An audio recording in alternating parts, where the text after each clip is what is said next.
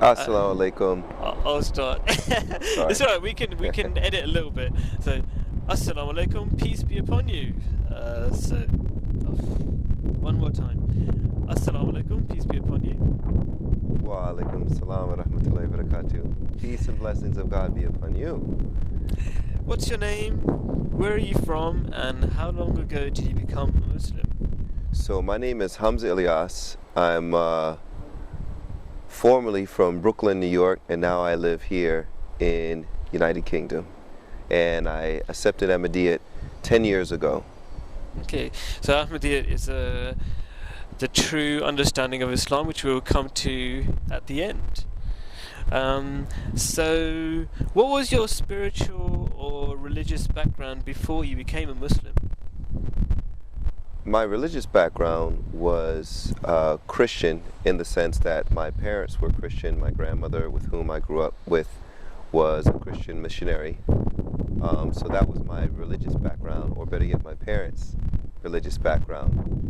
I myself struggled to understand the Christian religion and tried to practice it, but later on I grew frustrated around 16 or 17 and abandoned it because I could not understand it and I couldn't practice it practically in my day-to-day life. So I had no religion after that. I simply believed in God. So, tell me with as much detail as possible the story of how you became a Muslim. So, in short, after a period of, say, 10 or 11 years, 17 all the way up to 27 or 28 years old, my lifestyle was probably, in fact, definitely like anyone else's lifestyle in terms of the vices that people see in inner cities. I grew up, of course, in New York, New Yorker, so in that type of lifestyle, deep in the nightlife and with different people day to day, I kind of grew jaded with that type of lifestyle. And I thought perhaps, after you have all of the friends and after making a lot of money, what then is the point? So I spent a lot of nights out in the middle of the town or in the city, hanging out with friends, but really wondering what the purpose of it all was for. How much money can you actually have? How much can you indulge in, different pleasures? What's the point of it all? So I then began to read. I had not really spent any time reading ever since I left high school. So I then began to read. I was working for a bank at that time. And one morning when I came into my office, I found the staff talking about there was a store on my route on the way from my house to the bank. And I inquired later on in the evening about it. I stopped by to see those gentlemen. It turned out that they were Arabs. So we concluded our business and then we started to talk about the religion of Islam. They were Muslims. So they mentioned to me after I inquired that they seemed to have a lot of faith in their religion. They were even willing to give up their lives for it. And I thought that was amazing. What was the purpose of this and what was the source of this? So they mentioned to me that it was their book, the Quran, that God had dictated it. So I thought that was fantastic claim, very extraordinary. So we agreed to disagree, and though we became friends. So not too long after that, they actually bought me a copy of the Quran, and I started to read it. And not too long after that, I actually found a copy of the Quran at my parents' house amongst my father's collection of books in his library, which was very shocking to me because I wasn't aware at all that my father was familiar with the religion of Islam. So I then began to study those two copies of the Quran, and right after that is when a continuing series of dreams came. So this part in itself was very shocking for me because I never really had any notable dreams that I can recall growing up.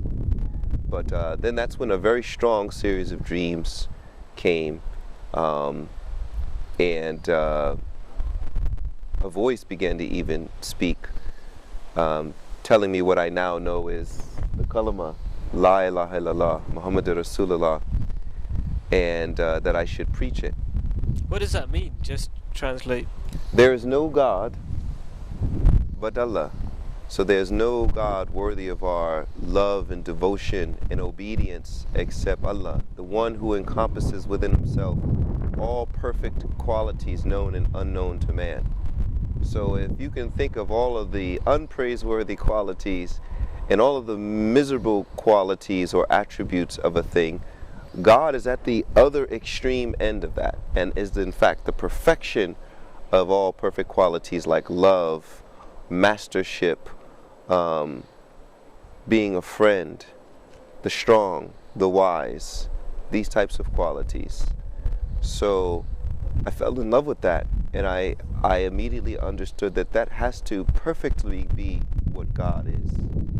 No matter what you call him, God, Yahweh, Jehovah, Permeshwar, whatever the case may be, God, in my understanding, had to be something that was above and beyond any type of weakness or frailty. So anyway, that concept of God that Islam presented was very attractive to me and made absolute perfect sense. Not the worship of human beings that had jobs and were born and died or fell sick or got beat up. I didn't like that idea. So you're saying you heard a voice on several occasions. saying the Arabic thing? Saying in Arabic and in English. Oh, I see. So that's how you knew what it meant. No, I didn't know what it meant, but it was so clear that I could not mistake it, and I remembered exactly what it sounds like. I think it was easy for me to memorize in a sense, similar to the way you hear music. And so someone says to you, "What does that song sound like?" And you say, it goes like this. Da da da da da da da da da da da da. So I didn't understand the language, but it was so powerful, it was so strong, I was able to vocalize to a friend of mine what I heard, and he correctly told me that that was Arabic, and this is what it means. So that's how I came to know. And so this series of experiences continued. So in any event, there was, I started to study Islam more, and one day there was a colleague of mine at the bank who was a Muslim. And I asked him some question, I don't remember what it was, and he told me that he didn't know, but there was another gentleman who worked with us at the same bank, and I should call him, and he would be able to tell me. So anyway, I called him up, we agreed to meet, and after a few months, I woke up one morning, and I had a very particular sense in my mind that I could no longer simply attend that mosque. There was something that I had to do. I don't know what that was. So I called him up, and he mentioned to me that he had been thinking of me and that why don't I come on down to the mosque. So I came on down to the mosque. We offered Isha together, the late night prayer, and we went up to the library, and he mentioned to me that he had something that he wanted to ask me. So this is funny because at this point, we're sitting at this table, we're both at opposite ends. It's he, myself, his name is Mirza Ghulam Rabi Ahmed. And in the middle was an elder Ahmadi, the late Mohsin Mahmood, who passed away 2 years ago or so. And I was very fond of him. And so I was trying to ask Ghulam Rabi, how do I become a part of this community? So, but he's interrupting me and I'm interrupting him because he wants to explain to me the piece of paper that he has in front of him, which later on I found out to be the conditions of Bayat, The conditions of initiation into the conditions of initiation. Ahmadiyya So Muslim it's community. a series of proposed conditions that one accepts and strives for the rest of one's life to live up to and carry out to the fullest. So he and I are going back and forth. He's saying, well, let me just explain these conditions to you. And I'm saying, listen, whatever it is that you have, I'm willing to accept them. So finally, But first tell me, how do I become a part of this community? So finally I got to such a point, I reached over, what is this, a piece of paper you want me to sign? So I just reached over and grabbed the piece of paper and I signed it, and that was that. Mohsin Mahmood, the late Mohsin Mahmood, is sitting there and he's like, hear him out. And then he would turn to me and say, well, hear him out. Then he would turn back to Ghulam Rami and say, hear him out. So he understood what was actually happening. So that's how I ended up signing by it. Later on, by it, the Oath of Allegiance. So later on, when I took a look at the conditions there, they seemed really daunting. But then I realized that I had not attained the level of awareness and the level, or I should say the extent of the desire to change my life. Those conditions are something that one actually can visualize. It's an expectation that one can see and feel and live up to.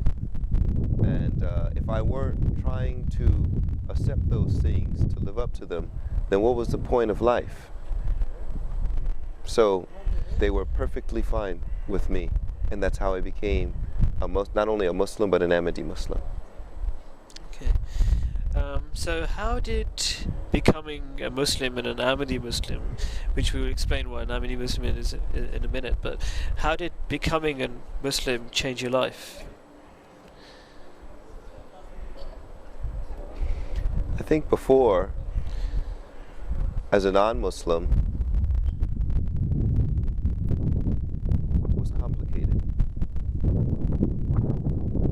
And it was only complicated further by all of the things that I had to do to undo whatever mistakes I had just made within minutes or within a day.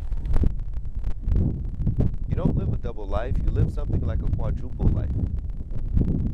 So you've got the face that you put on at your job, you've got the face that you put on to your wife, you've got the face that you put on to your family, and you've got the face that you put on to your friends. I think my life has changed in several ways, one of which is that I only have one face now, because that's the face that I face God with. So with that face, I face my Creator, and then I have to go out and face humanity. And since God sees me all the time, so my life has become simpler. Since God sees me all the time, that's one way. The second way for me is that if ever I'm in doubt about anything, I pray about it, and I know God hears my prayers, because with the blessings of being an Ahmadi Muslim and with the blessings of Khilafat, or being obedient to the supreme head of our community, otherwise known as the Khalifa, I'm able to, in my frustration or in my being perplexed, write to him and ask him for his prayers. And I see the immediate effect of his prayers in my life, even before I know he's received my letter. In fact, upon my very coming here, my visa was denied. And that evening I wrote a letter to the Khalifa, and the next morning I gave it to a friend of mine to mail it out. But the following morning I received an email from the UK border agency apologizing to me and overturning their prior rejection of my visa. This is just one of many examples. So I think for somebody like me whose father passed away many years ago, the Khalifa, or supreme head of our community, stands as a father figure to me, giving me the guidance, no matter how small, that I need. And that's very reassuring for me. That's one way. And ultimately, I think it's my relationship with God. I think for me, personally, there are many things that I'm worried about, many things that I pray about, and God mentions these things to me in various dreams or visions or different revelations on a daily basis, and sometimes warning me about some trouble happening in my life, giving me, reassurance that this problem is going to come up, but it's all going to be taken care of. So I'm never caught off guard. So for me, that strengthens my belief, that day-to-day, moment-by-moment relationship, living relationship with God and communication. That's very reassuring for me, and that's the major way that my life has changed. So my life has become simpler.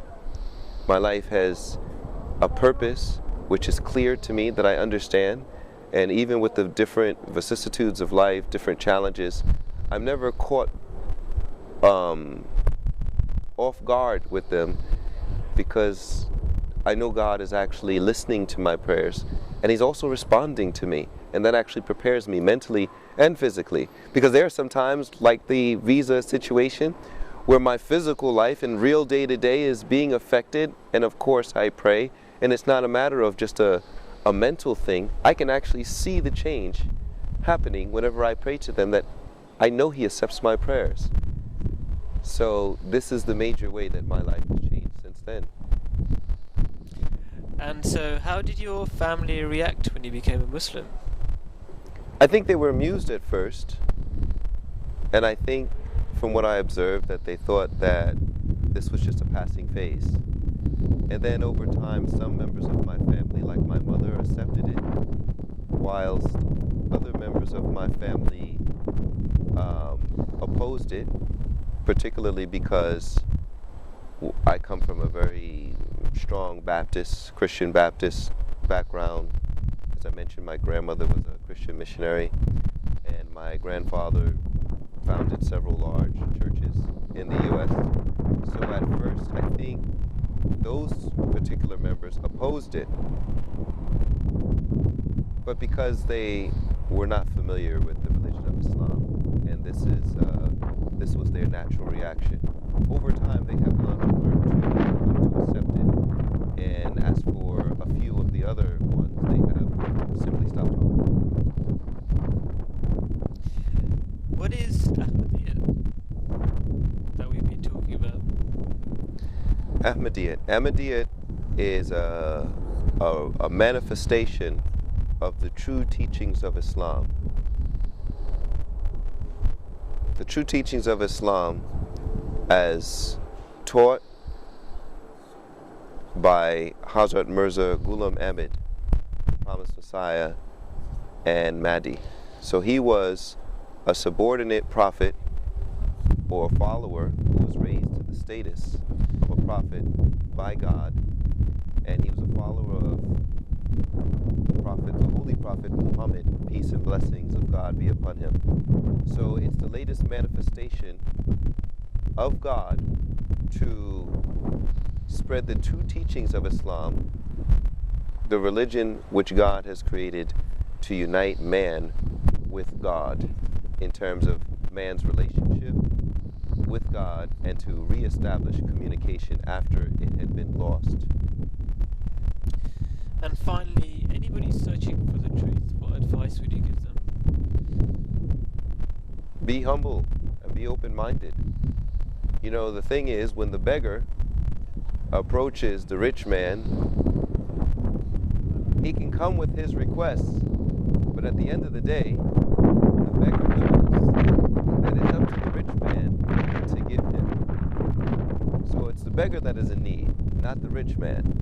So if the beggar is to be truly successful, he has to approach the rich man with no conditions and with great humility. This, in fact, increases his chances of being successful. So I would say that, you know, as the old Persian saying goes, the seeker of truth has no religion.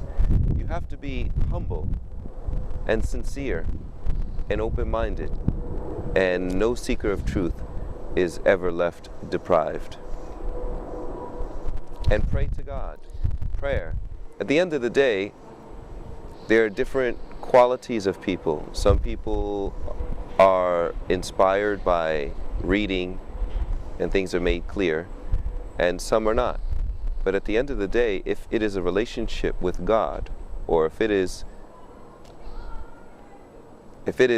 an achievement of the certainty of the existence of God that one seeks, then one should just approach God in great humility and with prayer and with sincerity. And God never leaves such a person deprived. Good. Stop.